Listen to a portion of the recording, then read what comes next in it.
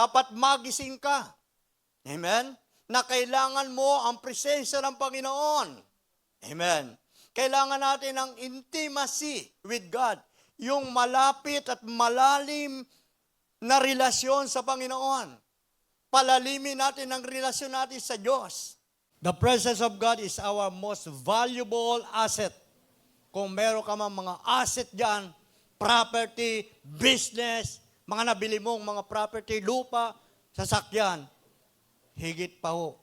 Mas nakahigit pa ang presensya ng Diyos. The presence of God is our most valuable asset. Without it, we are vulnerable, empty, and exposed. In this time, God is still searching for people who will honor His presence above all else. Hinahanap ka ng Diyos, naghahanap pa ang Diyos sa mga tao na magbibigay ng parangal sa Kanyang presensya. I-honor natin ang presence ng Lord.